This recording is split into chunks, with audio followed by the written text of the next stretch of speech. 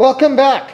Next step in the TR, our parts have arrived. We've got a box full of gaskets, well, a box with a gasket and some seals. And now we're going to reinstall. Now I'm not going to go in depth on this. You saw how it came apart. We're just reversing the steps. While we're at it, we're also going to take the K&N air filters off, and we're going to install the original air box so that that gets looking good. And as with anything you're doing on here, what you got to remember is if you want to do it and do it so it looks good, you got to put a little bit of effort in. So last night, while I was waiting for parts, we cleaned up ours. And you can see the air box that's going to replace the K&Ns has been cleaned up, painted inside and out. The valve cover's painted, the oil cap's painted, everything's been clear coated. And while we were at it, we took the extra step, because again, do a good job. You can be proud of it. We painted the cold air intake that clips on over the distributor. So all that's left is to put it back together. And that's what we're about to start right now. Tonight's goals are simple. It's to get the valve cover on, get the spark plugs hooked back up, and get the air box installed. All of it should be relatively easy, unless we run out of time, and then we'll go from there. So for the moment, I'm going to get to work. You've seen how it comes apart, so you can know how it comes back together. We'll touch a little deeper on the air cleaners, and until then, have a good time. We'll be back in a little bit. Okay, tip as we're getting the valve cover gasket installed: don't go nuts with the gasket goo.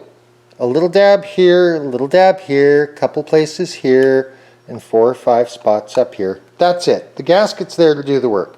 Makes it easier, you're not using up a bunch of junk, and you're all ready to go. Also, make sure you get new seals for the bolts so that when it goes together, everything seals up nice and tight. All told, there's like 20 bucks worth of gaskets here. It's really nothing. So as we're getting going along, we'll stop in with little tips rather than give you a blow-by-blow. Okay, there we go. After a whole lot of work, we have a pretty little TR7 motor. It's all reassembled. We're back to the factory air box. I still have the one piece of ducting to pick up from the bus when it shows up. Fresh new air cleaner in it. Valve cover gasket's done. And let's take a good look here. Now, the engine still has to be properly detailed. Remember, we just got it clean so that we could do the work we needed to.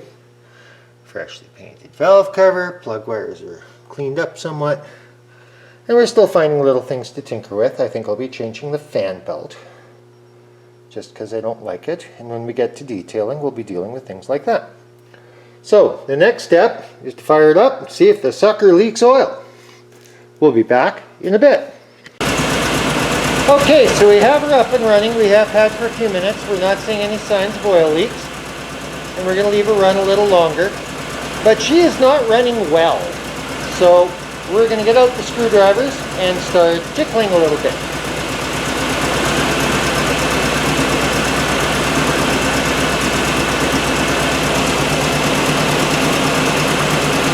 So what we're going to do is try and figure out the why.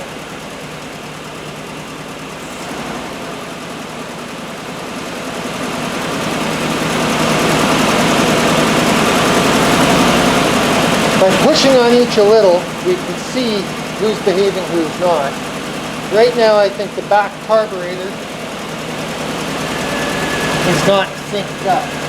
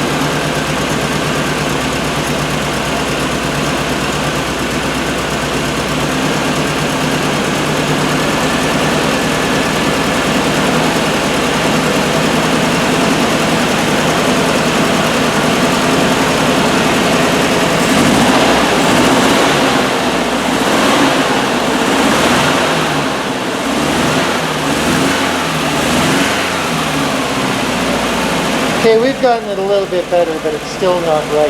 The carbs are pretty obviously out of sync, so we're going to have to make that a second project. But I think we've made some awfully good headway so far, and we'll keep tinkering. What we have to do right now is to get both carburetors to work together. And that takes a fair amount of tinkering, but we're going to start checking over other parts of the carburetor first. Until then, we'll talk to you soon.